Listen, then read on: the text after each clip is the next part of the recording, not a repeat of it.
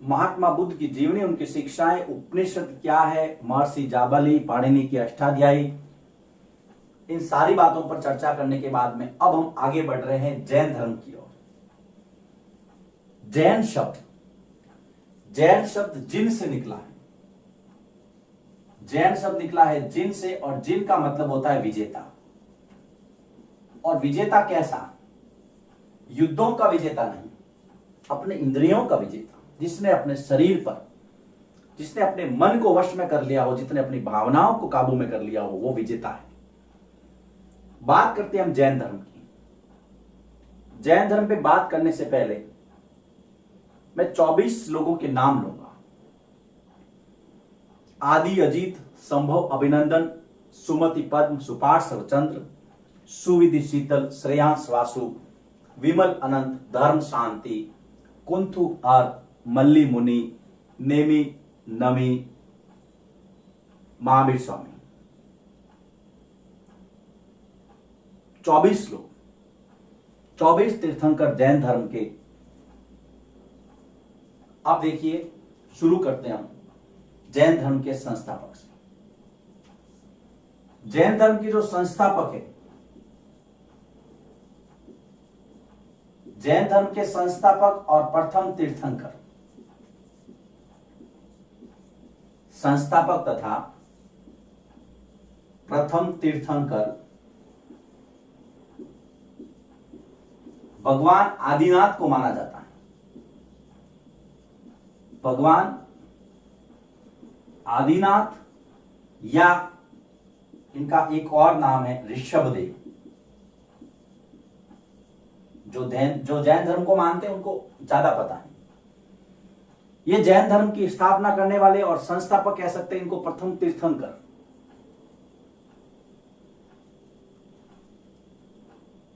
तेईसवें तीर्थंकर हुए पार्श्वनाथ। 23वें तीर्थंकर थे पार्श्वनाथ, और 24वें तीर्थंकर थे महावीर स्वामी। ये 24वें और अंतिम तीर्थंकर, जिनके बारे में हम अभी पढ़ेंगे। जैन धर्म के 23वें तीर्थंकर पार्श्वनाथ, 24वें महावीर स्वामी। याद रखना, ऋग्वेद में जैन धर्म के जो तीर्थंकर है अरिष्ट नेमि, उनको भगवान कृष्ण, वासुदेव कृष्ण के समकक्ष बताया जाता है।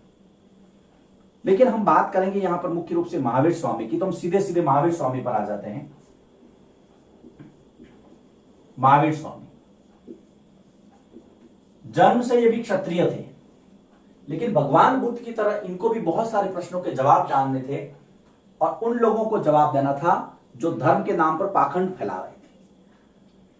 भगवान बुद्ध की तरह महावीर स्वामी ने भी लोगों को उनकी स्थानीय बोली में, स्थानीय भाषा में, जिसको आप प्राकृत और मागधी कहा गया, उसमें संवाद स्थापित किया। लोगों से मिले, उनको उपदेश दिए और बताया कि बात को तर्क पे कसो, अंधविश्वास को फॉलो मत करो, अंधविश्वास पे अपना जीवन मत खपाओ। चलिए पढ़ते हैं।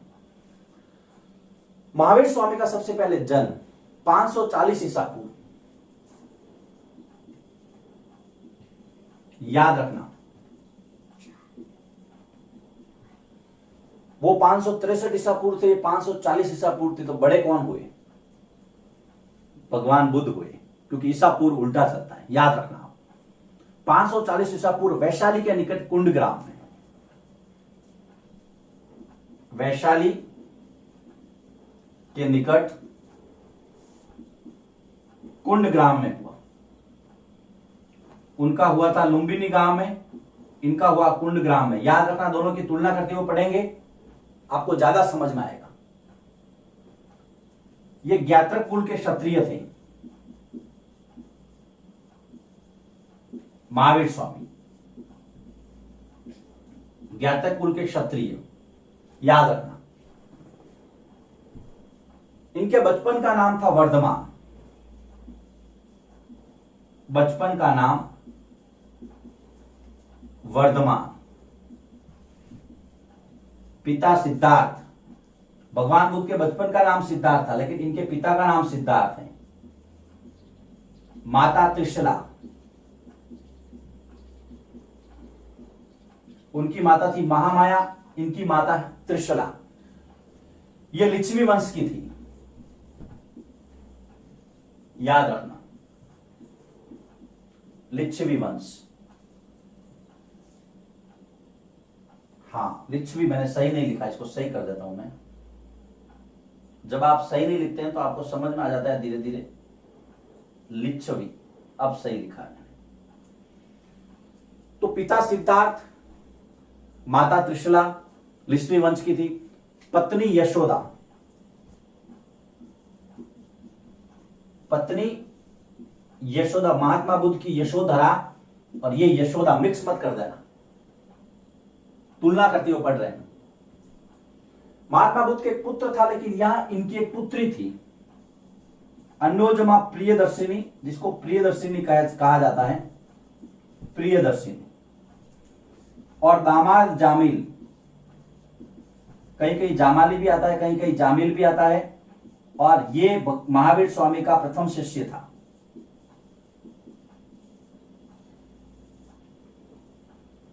अब देखिए, महात्मा बुद्ध 29 वर्ष की उम्र में घर से निकल गए थे, लेकिन महावीर स्वामी 30 वर्ष की उम्र में बड़े भाई नंदीवर्धन, याद रखना, बड़े भाई नंदीवर्धन से आज्ञा लेकर सत्य की खोज के लिए गृह त्याग किया। सत्य की खोज के लिए गृह त्याग किया। यहां पे बड़ा इंटरेस्टिंग फैक्ट है ये। वो 29 वर्ष में गए, ये 30 वर्ष में गए। उन्होंने किसी को नहीं बताया, रात में अपनी पत्नी और पुत्र राहुल को छोड़ करके चले गए। एक बहुत सुंदर सी कविता थी, जब मैं पढ़ता था, सखी वे मुझसे कहकर जाते, यशोधरा ने अपना दर्द बयान किया था उसमें।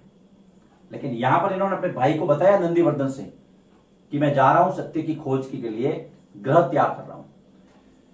नवोदय विद्यालय में भी आप आते हैं, छठी क्लास में 7 साल के लिए अपना घर छोड़ देते हैं सत्य की खोज के लिए। कुछ जीवन में कुछ बनने के लिए आपको शेप मिलता है, सारे चैलेंजेस आप एक्सेप्ट करते हैं, अच्छी बात। चलिए आगे चलते हैं।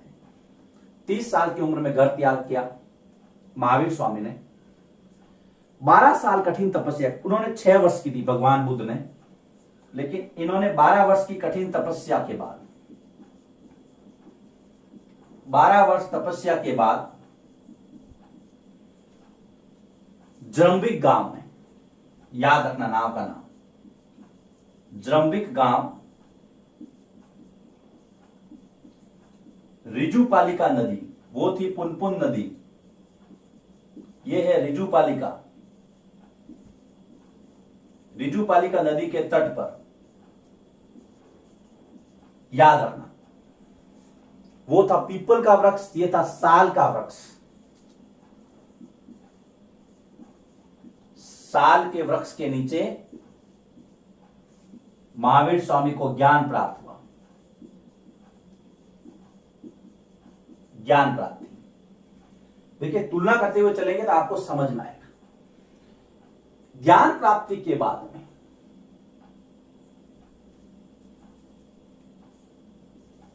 केवलीन कहलाए, अरहत कहलाए, अरहत मतलब पूज्य। केवलीन बना है केवल्य से, केवल्य का मतलब होता है सर्वोच्च ज्ञान, और जिसको केवल्य मिल गया उसको केवलीन कहा गया। केवलीन, अरहत, पूज्य, निर्ग्रंथ, बंधनहीन। निर्ग्रंथ का मतलब होता है बंधनहीन। उसके बाद में देखिए आप, जिन, विजेता और महावीर, वर्धमान अब महावीर बन गए थे। ये पूरे नाम सत्य की प्राप्ति के बाद में इनको दिए गए। मृत्यु उनकी हुई थी 80 वर्ष की उम्र में, इनकी हुई थी 468 ईसा पूर्व 72 वर्ष की उम्र में। कहां पे हुई थी? पावापुरी में। अच्छा, कितना सुंदर लग रहा है, पूरा बोर्ड भरा हुआ है। ऐसा लग रहा है जैसे कि ज्ञान की गंगा निकल रही है। मजा आ रहा है ना? चलिए, अच्छी बात है बेटा। आप लोग जब पढ़ते हैं तो आपसे ज्यादा खुशी मुझे होती है। चलिए, मैं वापिस क्विक रिवीजन ले लेता हूं। बात कर रहे थे हम जैन धर्म की। जैन शब्द जिन से निकला है, जिसका मतलब होता है विजेता। इसका जो संस्थापक है और प्रथम तीर्थंकर वो माना जाता है भगवान आदिनाथ को, और उनका दूसरा नाम है ऋषभदेव। 23वें तीर्थंकर हुए पार्श्वनाथ, और अंतिम 24वें तीर्थंकर हुए महावीर स्वामी। याद रखना, जैन धर्म में 24 तीर्थंकर हुए हैं, 24 गुरु हुए हैं जैन धर्म के। महावीर स्वामी पे हम चर्चा करना चाहते थे यहाँ पे सिलेबस के अकॉर्डिंग। उनका जो जन्म है वो हुआ 540 ईसा पूर्व में। कहां हुआ? कि वैशाली के निकट कुंड ग्राम में। ये ज्ञात्रक कुल के क्षत्रिय थे। बचपन का नाम इनका वर्धमान था। इनके पिता सिद्धार्थ और माता त्रिशला, और त्रिशला जो है वो लिच्छवी वंश की कन्या थी। पत्नी यशोदा, इनकी एक पुत्री थी जिसका नाम था प्रियदर्शिनी, और दामाद जामिल जो कि प्रथम शिष्य हुआ था महावीर स्वामी का। याद रखना।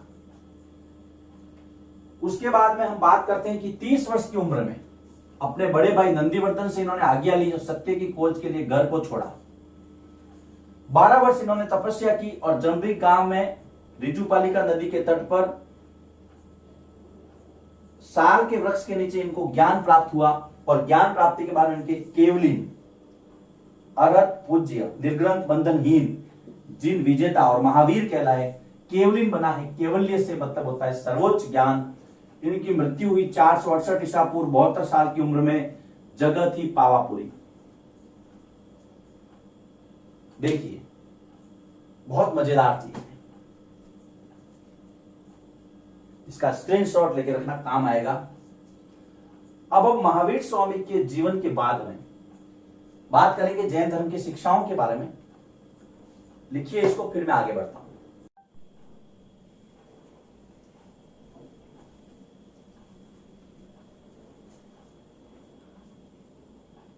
महावीर स्वामी की जीवनी और जैन धर्म की स्थापना के बाद हम बढ़ते हैं जैन धर्म की शिक्षाओं के बारे में।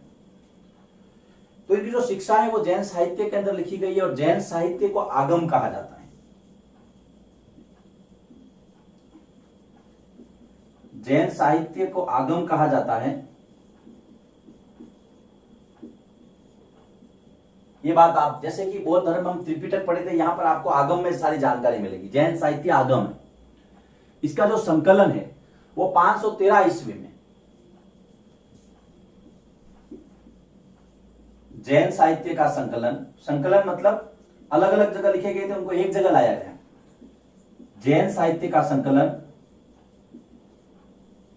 वल्लभी, गुजरात में,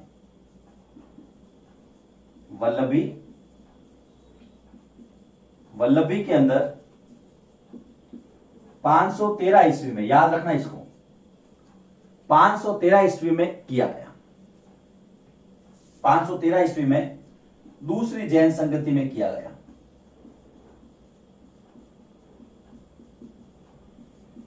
संगति मतलब जब सारे विद्वान इकट्ठे होते हैं वहां पर और चर्चाएं करते हैं। तो आपको दूसरे इंपॉर्टेंट है, पहले के बारे में मैं आगे चर्चा करूंगा, लेकिन अभी फिलहाल इसको याद रखिए आप। जैन साहित्य को आगम कहा जाता है, और इसका जो साहित्य का संकलन वल्लभी, गुजरात में 513 ईसा पूर्व में दूसरी जैन संगति में किया गया। अब हम शिक्षाएं पढ़ते हैं। महावीर की शिक्षाएं, महावीर या जैन धर्म की शिक्षाएं। तो इनकी जो शिक्षाएं है उसमें आपको पंच महाव्रत याद रखने। पंच महाव्रत, पंच का मतलब 5, माह का मतलब बड़ा, व्रत का मतलब आप कोई संकल्प लेते हैं उसको व्रत कहते हैं। सबसे पहला है सत्य। सत्य का मतलब होता है कभी झूठ नहीं बोलना।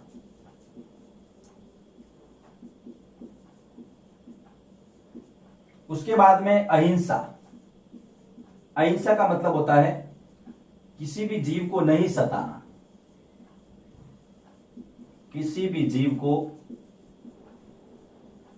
नहीं सताना, वो हो गया अहिंसा। अगर आप किसी को दुर्वचन भी कहते हैं तो वो हिंसा है। ऐसा नहीं कि अहिंसा का मतलब केवल किसी को मारपीट नहीं होता, नहीं। अगर आपकी बातों से किसी का मन दुखता है वो भी एक प्रकार की हिंसा है। जैन धर्म ये कहता है कि आपको अहिंसा का पालन करना है। सत्य, अहिंसा। उसके बाद में अस्तेय। अस्तेय का मतलब होता है चोरी नहीं करना। किसी भी व्यक्ति की चीज को उसकी अनुमति के बिना आपको छूना तक नहीं है, चोरी नहीं करना। चौथा है अपरिग्रह। आपका जितना जरूरत है उतना ही आपको वस्तुओं का इस्तेमाल करना है। जरूरत से अधिक किसी भी वस्तु का संग्रह नहीं करना। अपरिग्रह, संग्रह नहीं करना, जरूरत से अधिक संग्रह नहीं करना। सत्य, अहिंसा, अस्तेय, अपरिग्रह। और पांचवा ब्रह्मचर्य। आदमी को मन, वचन तथा कर्म से शुद्ध आचरण करना, इसको हम कहेंगे ब्रह्मचर्य। ये शिक्षाएं हैं। अगर एग्जाम में आ जाए कि जैन धर्म की शिक्षाएं लिखिए, आप पंच महाव्रत लिखिए आराम से, स्पष्ट रूप से, कोई दिक्कत नहीं। कहते हैं ये पहला, दूसरा, तीसरा और जो चौथा ये है, ये पार्श्वनाथ ने लिखा था। पार्श्वनाथ ने प्रतिपादित किया था 23वें तीर्थंकर जो थे, और जो 24वें थे महावीर स्वामी, उन्होंने ब्रह्मचर्य ऐड किया बाद में।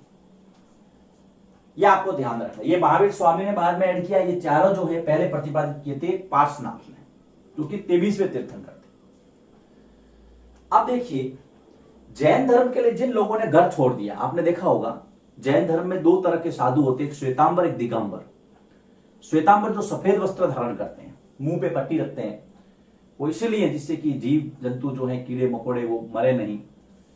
उनके अलग अलग सिद्धांत है, आप अगर उनसे मिलेंगे तो आपको ज्यादा जानकारी, या जो जैन धर्म को मानते हैं, जो बच्चे जो जैन परिवारों से आते हैं, उनको इन चीजों के बारे में पता है।